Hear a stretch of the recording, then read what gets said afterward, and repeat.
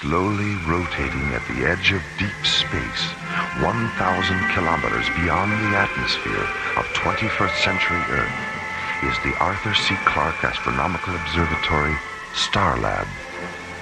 Here, Starlab Research Director Dr. Maura Cassidy and scientists and technicians of the International Space Authority, ISA, watch over the countless stars and planets that fill the silent distances beyond the giant space station. This week, the men and women of Starlab become entangled in the adventure of the Egyptian necklace, an intergalactic detective story in the Sherlock Holmes tradition on Alien Worlds.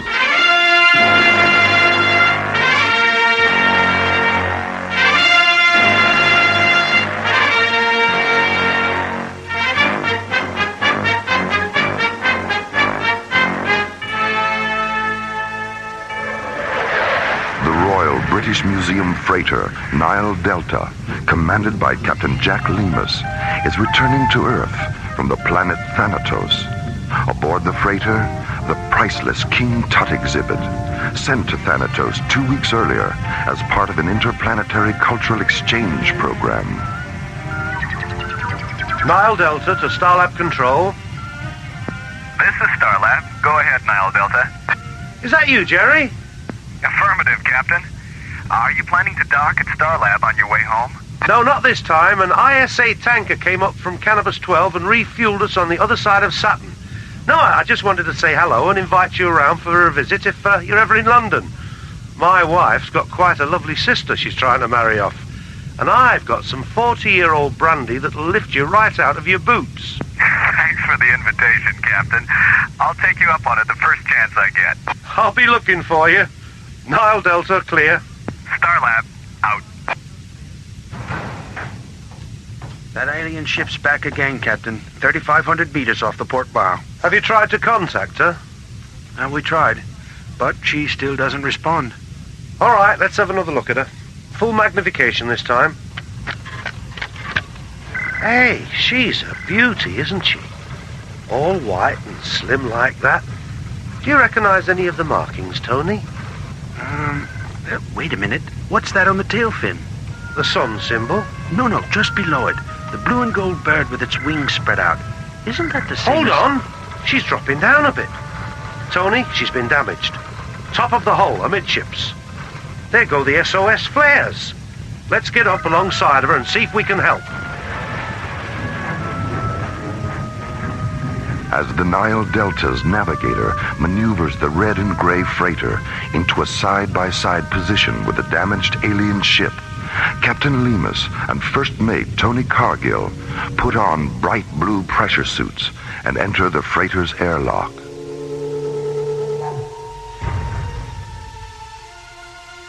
A moment later, an enclosed metal flex walkway slowly telescopes from the Nile Delta's airlock to an access hatch which has irised open in the hull of the fluorescent white alien spacecraft.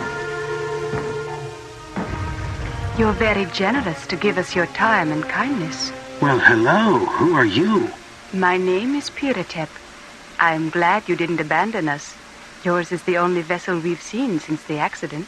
When did it happen? 3 days ago. And some of our mariners have been injured. Is there a healer aboard your vessel? Yes, there is. And we have a complete medical facility as well. Then if you'll please follow me, we can begin transferring our injured to your ship.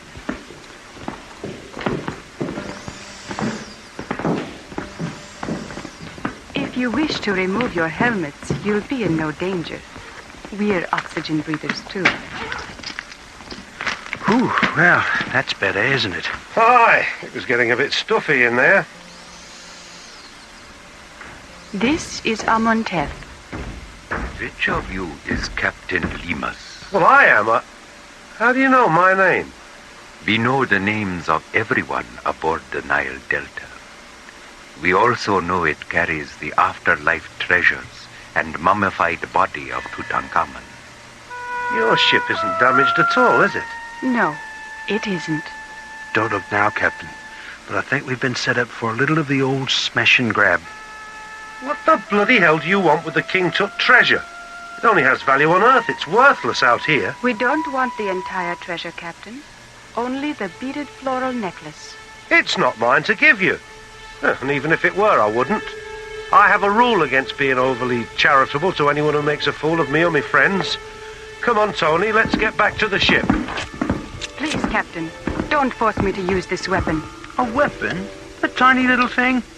Let's get out of here, Captain. Amantep? Stop them, Piratep. Tony!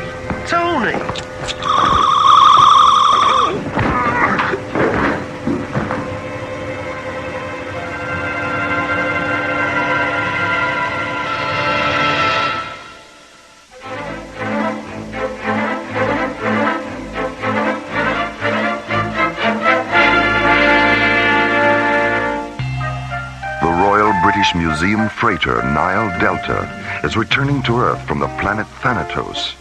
Aboard the freighter, the treasure of the Egyptian boy king Tutankhamun. Midway between Earth and Saturn, a damaged alien spacecraft appears and fires SOS flares. Nile Delta Captain Jack Lemus and First Mate Tony Cargill board the alien ship to offer assistance. But inside, they discover they have fallen into a trap set by the aliens who want a beaded floral necklace from the King Tut treasure. An hour later on Starlab, Dr. Maura Cassidy and SET Captain John Graydon, not yet aware of the Nile Delta incident, enter the vestibule of Starlab's Visual Media Theater.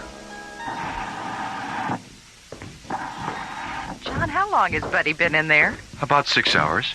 6 hours? What's he watching? The outtakes from Gravity's Rainbow? Oh, no, that was yesterday. Sunday, he sat through 5 old Stanley Kubrick films. And Monday, it was a Daffy Duck festival. What he's watching today is anybody's guess. Maybe he fell asleep. Well, I wish he'd sleep a little faster. We're going to be late. Hi, Maura. Hi, John. Buddy. Buddy, didn't your mother ever tell you that if you watch too many movies, your face would break out and you'd go blind? Very funny. I think you've got that mixed up with something else, Maura. I do? What? I'll tell you later. Well, buddy, what'd you see today? The Guiding Light, All My Children, and Search for Tomorrow. They're television soap operas from the 60s and 70s. Soap operas? Why do they call them that? Were they musicals about people getting clean? Not exactly, Maura. They were mostly about people getting dirty. Dr. Cassidy, please contact the control bridge. Oh, we'll never make the lecture at this rate. Have they repaired the intercom terminal in the theater, Buddy? Well, it was working this morning. Be back in a minute. What did you think of those music tapes Ingrid brought back from Calabria? I was listening to one when I turned in last night. You know, the one with all the voices? The Hymn to the Vanished Canals? Yeah, that's it. And I fell asleep while it was still running. And I dreamed about kaleidoscope faces and stained glass animals all night. Incredible. Let's get up to the bridge. Something's happened to the Nile Delta.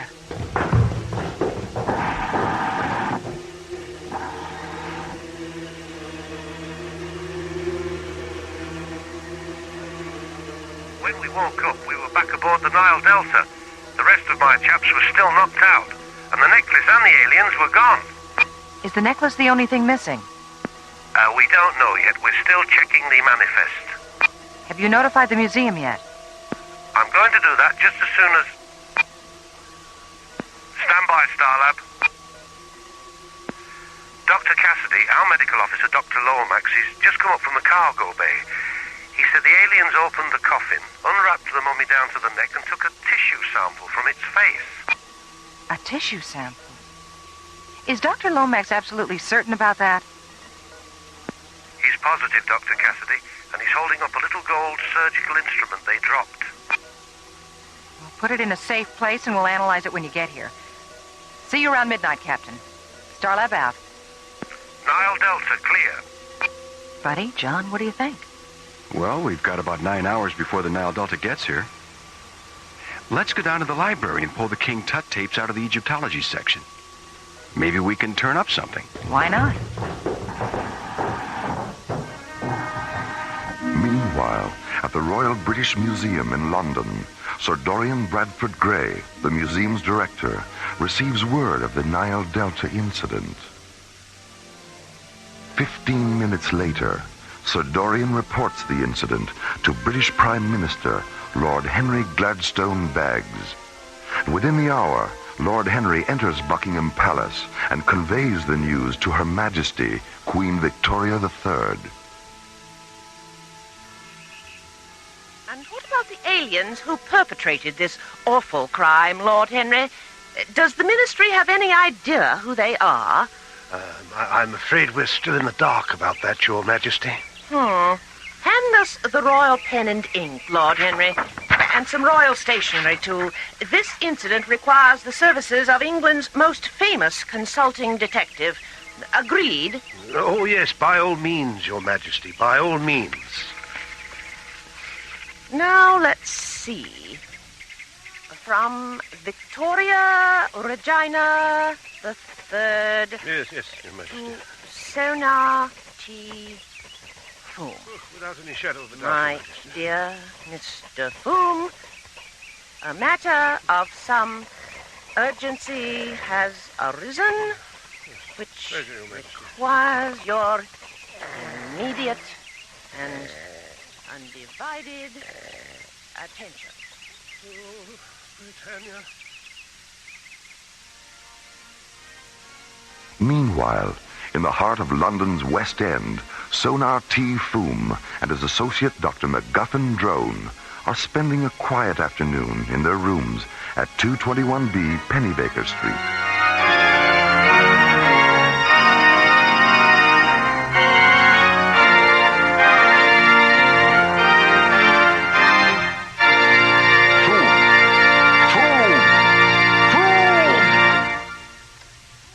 Did you say something, Drone? I really must protest, Foom. That instrument of yours had my London Gazette vibrating so rapidly, I could scarcely read today's news. Please forgive me, Drone, but you know how restless I am when there's nothing afoot to test my keen powers of observation and deduction. And music does, after all, soothe the savage beast.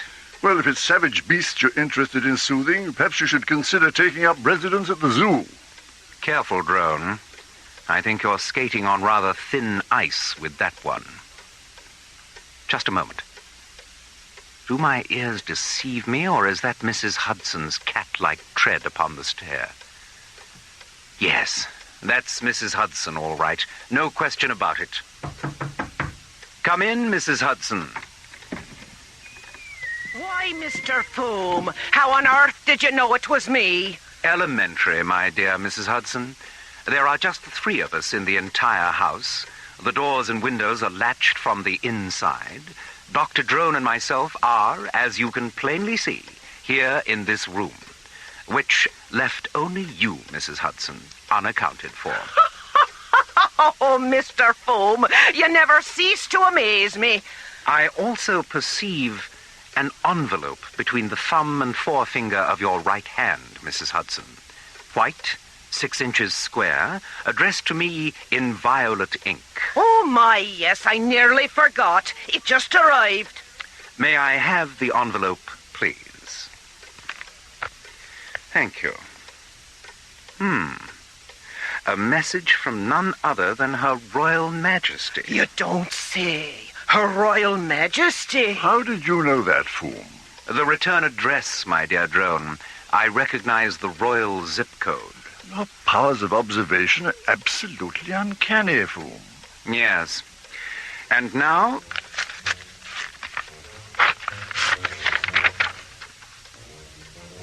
Egad, Drone. The Nile Delta's been set upon by alien beings, and King Tutankhamun's floral necklace has been purloined. Her Majesty requests that we go to Star Lab at once and assist in the investigation of this beastly crime.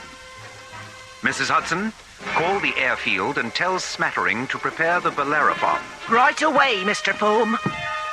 Now, let's get our equipment sorted out, Drone. The game is afoot, and a new adventure is at hand.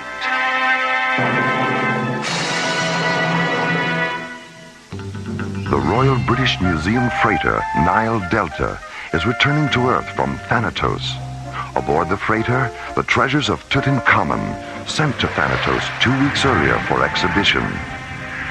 Midway between Earth and Saturn, the freighter is boarded by aliens who steal the King Tut floral necklace and take a tissue sample from the face of the boy king's mummy. When news of the Nile Delta incident reaches Queen Victoria III, she quickly notifies consulting detective Sonar T. Foom. Let's get our equipment sorted out, drone. Her Majesty respectfully requests that we go to Starlab at once and assist in the investigation of this beastly crime.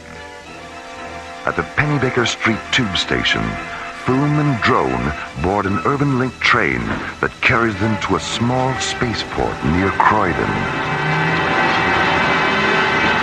Crossing the field to Launch Pad 6, they board Foom's powerful multi-atmosphere cruiser, the Bellerophon, England's most sophisticated privately owned spacecraft.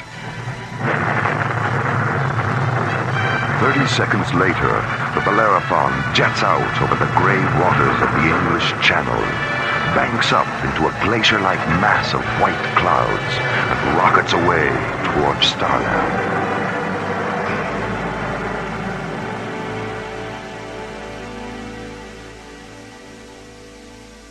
When Erica finishes replacing the AE-35 module, huh? Will do, Dr. Cassidy. See you later. Let's see. 9 o'clock. Well, time to feed my fish.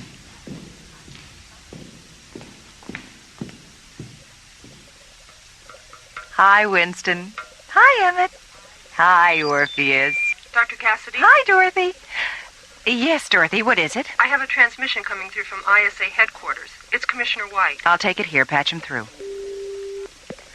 Mara, I just received a transmission from the British Prime Minister. Sonar T. Foom is on his way up to help with the Nile Delta investigation. Good. I've always wanted to meet that man.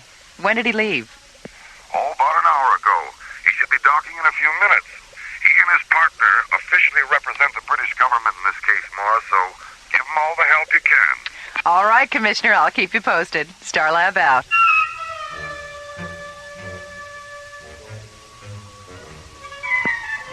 Good evening, Starlab. This is the Bellerophon. Sonar T. Foom at the controls. This is Starlab. Go ahead, Bellerophon. What is Starlab's rotational profile?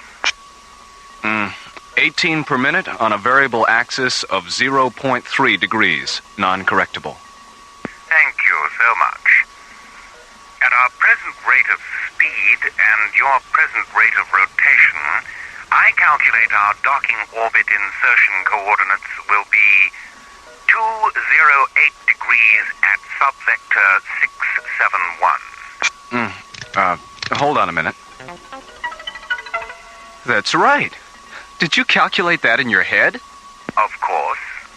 That's amazing. Nothing to it, really. Now, what do you have in the way of empty docking bays? Number 14. Thank you so much. And will you please inform Dr. Cassidy that we'll be there in 1 minute, 13 seconds? Will do. Starlab out.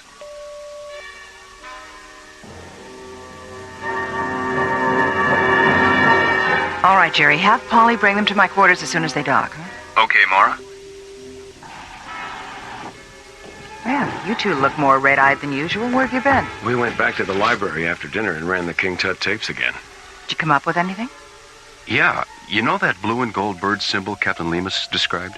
The one on the tail fin of the alien ship? Mm-hmm. We found one just like it on King Tut's ecclesiastical chair. What does the bird represent? Well, it's actually a sacred vulture, and it represents the goddess Nikhevet, a guardian of Upper Egypt and protectress of childbirth. When Captain Lemus gets here, we should run his visual scanner tapes of the alien ship against the library tapes to see if the symbols match. And if they do? If they do, we've concocted a pretty bizarre theory to explain why. I'm listening. Well, if the symbols match, and this is strictly hypothetical now, if they match, then maybe the aliens aren't aliens after all. Maybe they're Egyptians. Oh, come on, you two. Modern Egypt isn't capable of the kind of technology Captain Lemus described. That's the bizarre part of the theory, Mora. We're not talking about modern Egypt. We're talking about ancient Egypt. Good evening, Dr. Cassidy. Mr. Foom. Dr. Drone, welcome to Starlab. Thank you, Dr. Cassidy. Mara, please. And who are these gentlemen, Mora? Space Exploration Team Captains John Grayton and Buddy Griff. Oh, how do you do? Nice to meet you. I believe you were discussing the possibility that the aliens who boarded the Nile Delta might in fact be ancient Egyptians. Something like that, Doctor. It's a theory Buddy and John dreamed up. I think we're going to get on very well indeed, gentlemen. Dr. Drone and myself were discussing a similar hypothesis not more than 15 minutes ago. You were? Congratulations, Captain Grayton. Thank you, Captain Griff. Mr. Foom, with all due respect to you and Dr. Drone, I find it hard to believe that we're dealing with 3,300-year-old Egyptians. Not 3,300-year-old Egyptians, Mora, but rather the descendants of the high priests and priestesses who departed the earth following Tutankhamun's death. Departed the earth? How? The King Tut library tapes were full of references to skyships, Mora. Tell me, gentlemen, did your theory arise from Captain Lima's description of the Nekhebit symbol on the tail fin of the alien ship? That and the way the aliens were dressed. Yes. Captain Lee must convey those very same descriptions to the museum. Fascinating, isn't it? All right, suppose these aliens are what you think they are. That still doesn't explain the theft of the necklace or why they took a tissue sample from the mummy. The necklace is a puzzlement, Mora, but the tissue specimen isn't. It has long been our contention that the Egyptian kings were preserved for only one reason, so that in future their tissue could be rejuvenated for the purpose of monocellular replication. Cloning.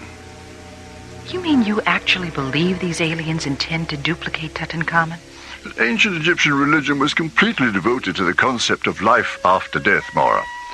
Most scholars and historians still maintain that the Egyptian afterlife was simply an abstract journey through an equally abstract underworld. Dr. Drone and myself think otherwise. We believe the Egyptian underworld was a metaphor to describe the very real fact of physical immortality. Thou art standing before Ra, who cometh from the east. His duration of life is infinite. His limit of life is everlastingness. Become one with Ra, and be received into the land of eternal triumph. A verse from the Papyrus of Ani, the Egyptian Book of the Dead, telling of a journey into the regions of life everlasting, immortality, the most beautiful and mysterious of all alien worlds.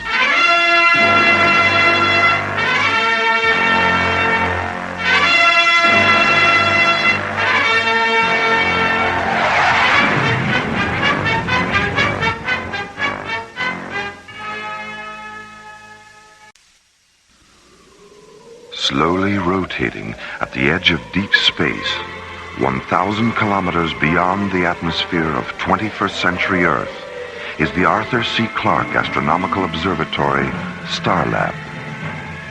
Here, Starlab Research Director Maura Cassidy and scientists and technicians of the International Space Authority watch over the countless stars and planets that fill the silent distances beyond the giant space station. Last week's episode began when Captain Jack Lemus, commanding the Royal British Museum freighter Nile Delta, notified Starlab that he was returning to Earth from the planet Thanatos. Aboard the freighter, the treasures of Tutankhamun, sent to Thanatos 2 weeks earlier as part of a cultural exchange program.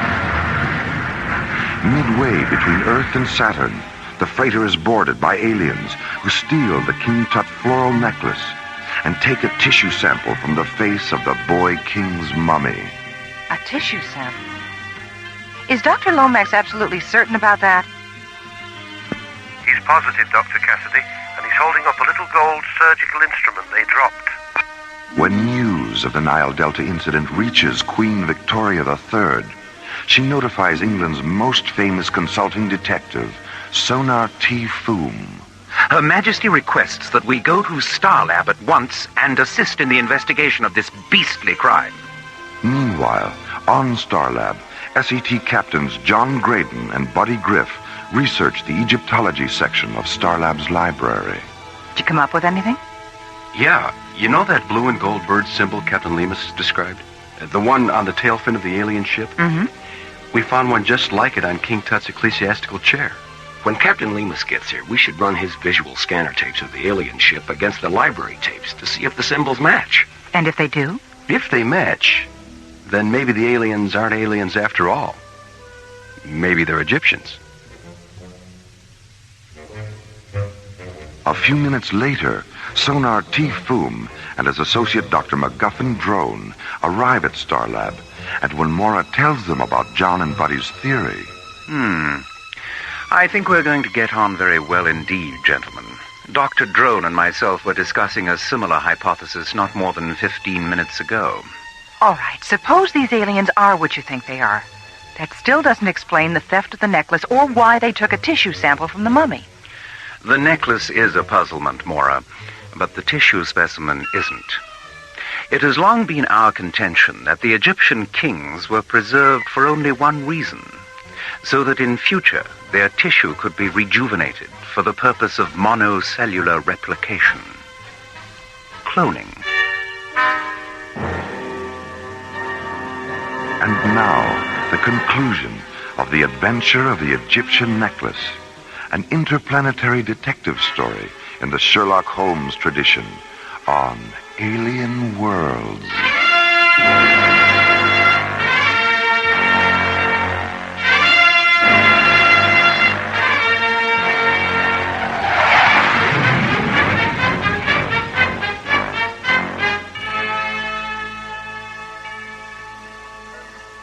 We ran the Egyptology tapes all the way back to the First Dynasty, but we couldn't find a connection with any other civilization. A lot of theories, but nothing definite. What sort of theories? Well, some historians think dynastic Egypt may have evolved from ancient Sumeria because of the similarity of their religious deities and astrological calendar.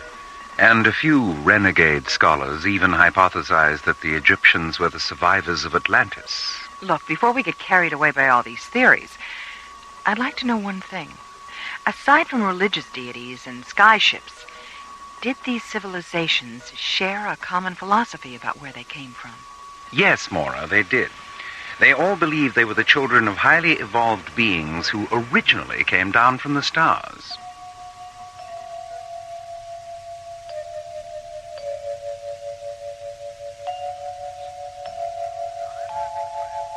Limehouse Express to Starlab Control. The Limehouse Express? Where do people come up with these names? Who knows? This is Starlab. Go ahead, Limehouse Express. Good evening. It's Jerry, isn't it? That's right. Who are you? What's your position? My position is that I never state my position. What's the problem, Limehouse Express? No problem, Dr. Cassidy.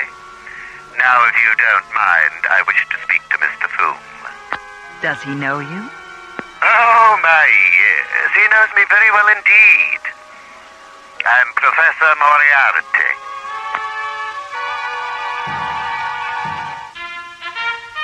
England's most famous consulting detective, Sonar T. Foom, and his associate, Dr. MacGuffin Drone, arrive at Starlab to investigate the theft of the King Tut floral necklace from the Royal British Museum freighter Nile Delta.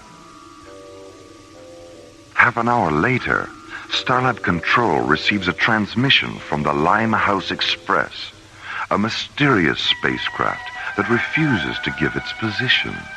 Have you tried to locate him with a tracer beacon? He's neutralizing our tracer beacon with a scrambler beam that he's transmitting along with his radio signal. He's too far away for the scanners to pick him up. Very clever, Moriarty. Very clever indeed. Nearly as clever as you, eh, Foom? Well, I wouldn't go quite that far, Drone. No, I suppose not. Open B channel, Jerry. Go ahead, Mr. Foom.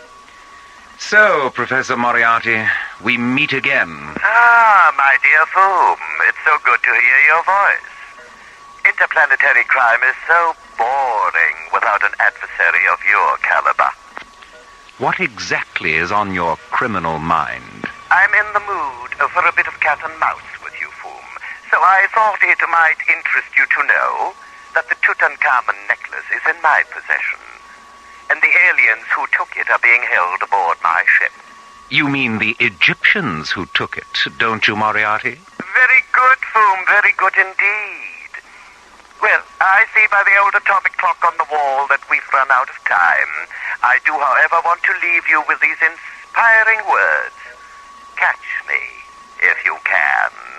Limehouse Express, out. Limehouse Express, indeed. Why, does that name mean something?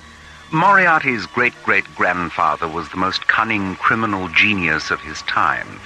His headquarters were somewhere in the Limehouse section of London. And like his great-great-grandson's spacecraft, the location of the old professor's headquarters was a constant source of mystery. If the Egyptians are working for Moriarty, why is he holding them prisoner? It just doesn't make sense.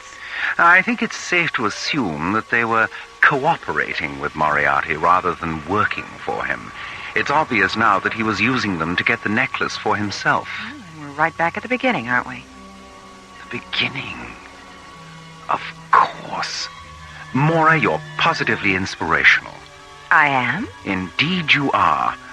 Drone, I think it's time we contacted the museum and had a chat with Sir Dorian. Something tells me he knows more about the origins of this case than he thinks he does.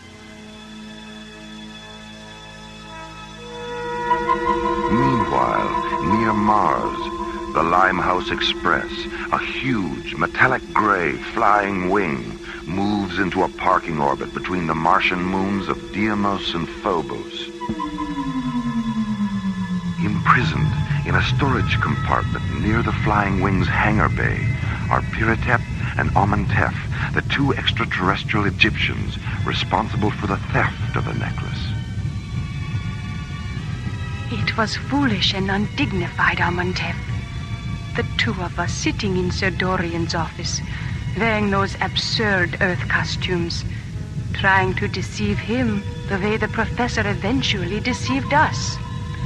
Perhaps we can still redeem ourselves. It is apparent from the way the professor talks about this man Foom that they are deadly enemies.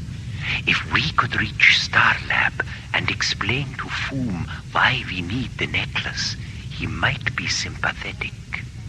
But we'll never reach the hangar bay without a weapon. We have a weapon, Piratep. A photon pistol. I hid it in my boot as our ship was being taken aboard. Then you knew the professor was manipulating us.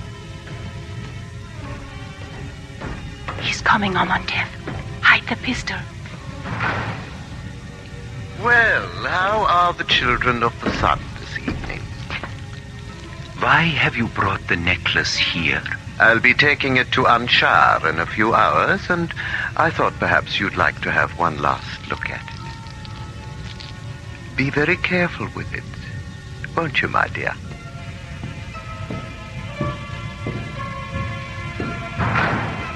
Amenhotep, there's only one guard in the corridor. All right. What is it? What are you...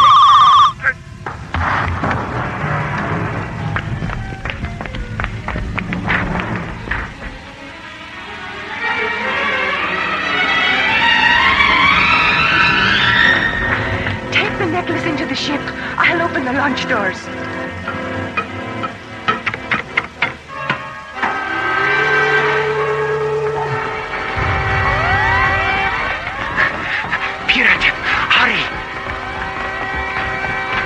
Amenhotep, the guards are coming. Take the necklace to stop them. Piratep!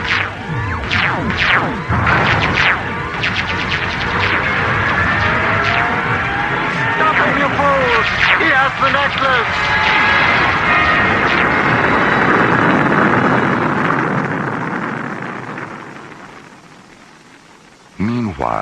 John Starlab, Sonar T. Thum, and Dr. MacGuffin Drone sit in a conference room on G-level, analyzing a video image Sir Dorian has transmitted from the museum's employee index terminal.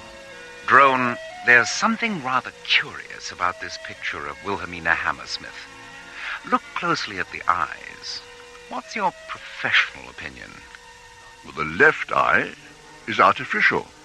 Now, look at the ring finger on the left hand.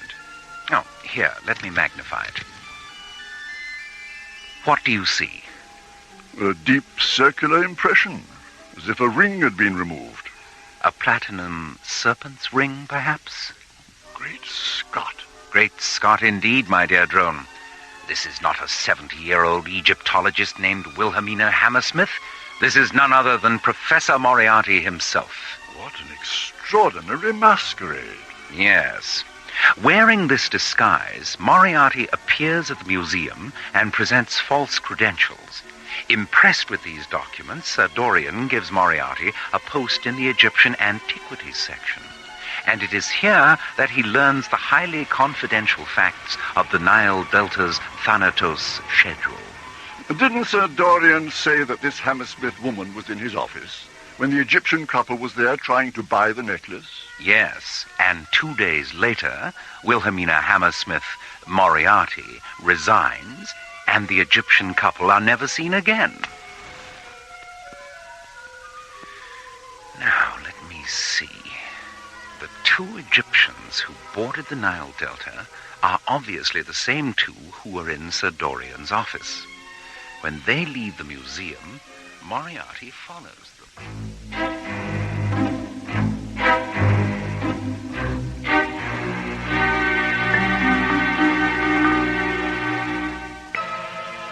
Escaping from a prison compartment aboard Professor Moriarty's Limehouse Express, the necklace safely in their possession, Piratep and Amantef dashed to their ship in the hangar bay of Moriarty's huge, metallic gray flying wing. Take the necklace into the ship. I'll open the launch doors. But as the thick metal doors slide open, they trigger a series of security alarms, and before Piratep can reach the ship, a squad of Moriarty's guards enter the hangar bay and open fire with laser rifles. Piratep! As Piratep falls, blood streaming from her face, Amantef closes the hatch of the ship and blasts off for Starland. 9 hours later...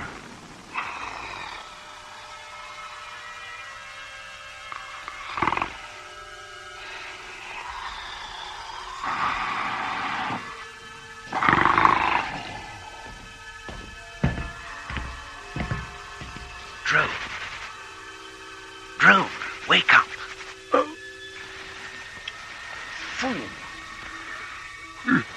Is it time for breakfast already? I've just been having a chat with a very interesting and charming Egyptian gentleman. I thought you might like to meet him. What on earth are you talking about? The Egyptian ship, my dear Drone. It docked 20 minutes ago. You're pulling my leg.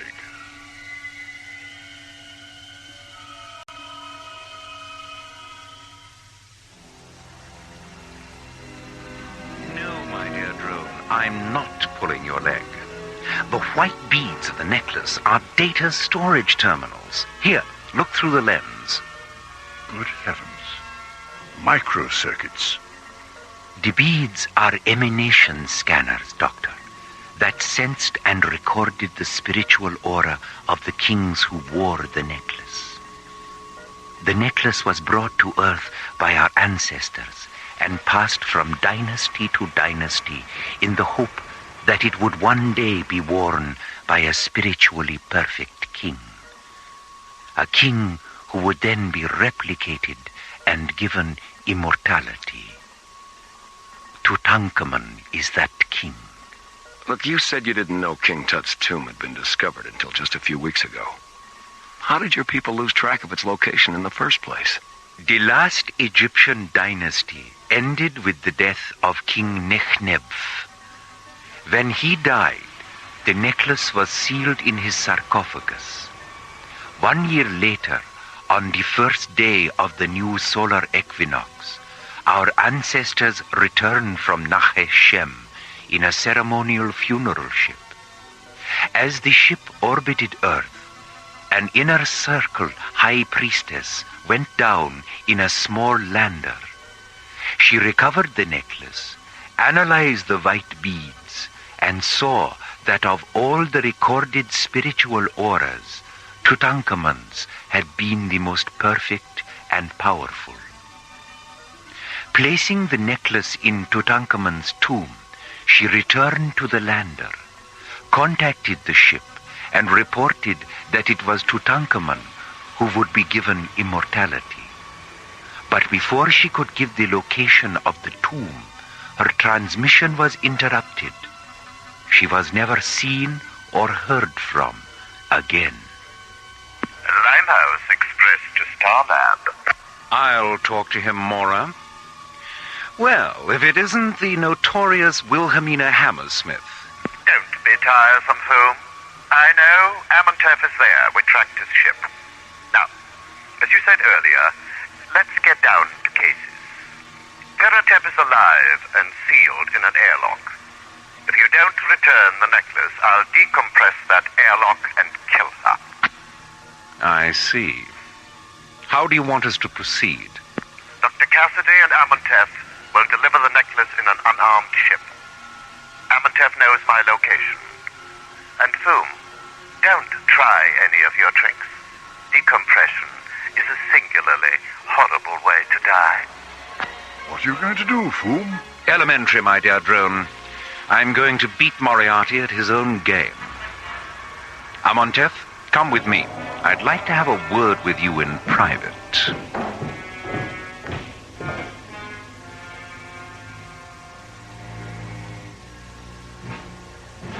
Two hours later, Amontef leaves Foom's quarters and returns to Starlab Control.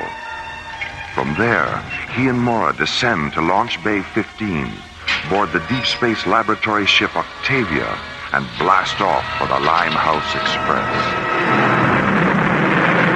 9 hours later, the Octavia enters Martian space and moves into a side-by-side position with Moriarty's huge flying wing.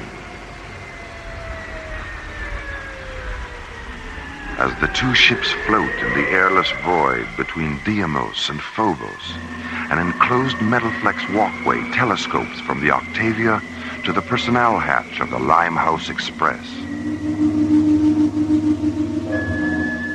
After pressurizing the walkway interior, Mora stabilizes its atmosphere. A moment later, the two ships open their airlocks.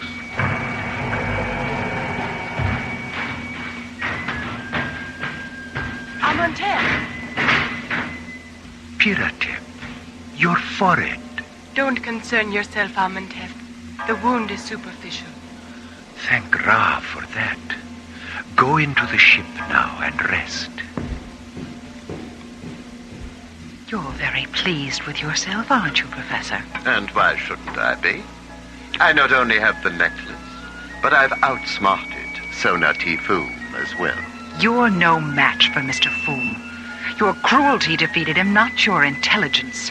You're an ugly little man, Professor. Ugly and arrogant and stupid. Sticks and stones, Dr. Cassidy. Sticks and stones. Hey, it's time, Professor. All right. Tell your men to return to their stations. May I hold the necklace one last time? Of course, Amontef. I'm as sentimental as the next man, in spite of my overweening ugliness.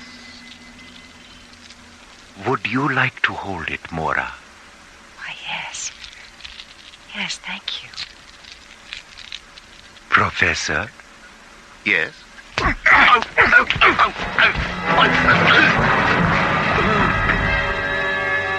Amontef! Into the ship, Mora. I'll bring the professor. Professor! Guards! Guards!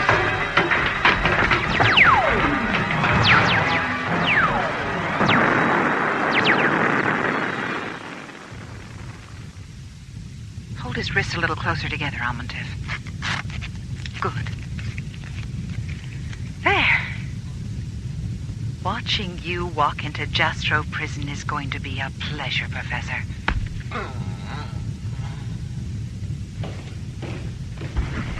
Amontef, how did the descendant of an ancient Egyptian high priest manage to become a master of Oriental martial arts?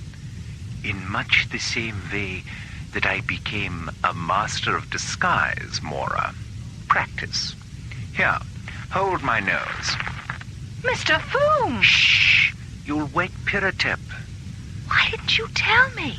If you had known it was me disguised as Amontef, you might have behaved differently aboard Moriarty's ship. Here, help me peel off this beard. My fingernails are all sort of...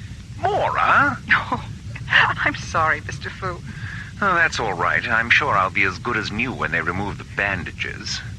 What did Amontef say when you told him what you intended to do? He smiled his most seraphic smile and gave me his blessing. He's quite an extraordinary man, you know. While we were talking, I asked him why the Egyptian civilization was brought to Earth in the first place. And he said, "To create a sense of wonder, Mr. Foom. A sense of wonder so compelling as to cause those generations still unborn to look at history with new insight and see the universe with new eyes. Eyes that will one day look back at ancient Egypt and understand what we tried to do there. And on that day, realize that they are looking back into the future."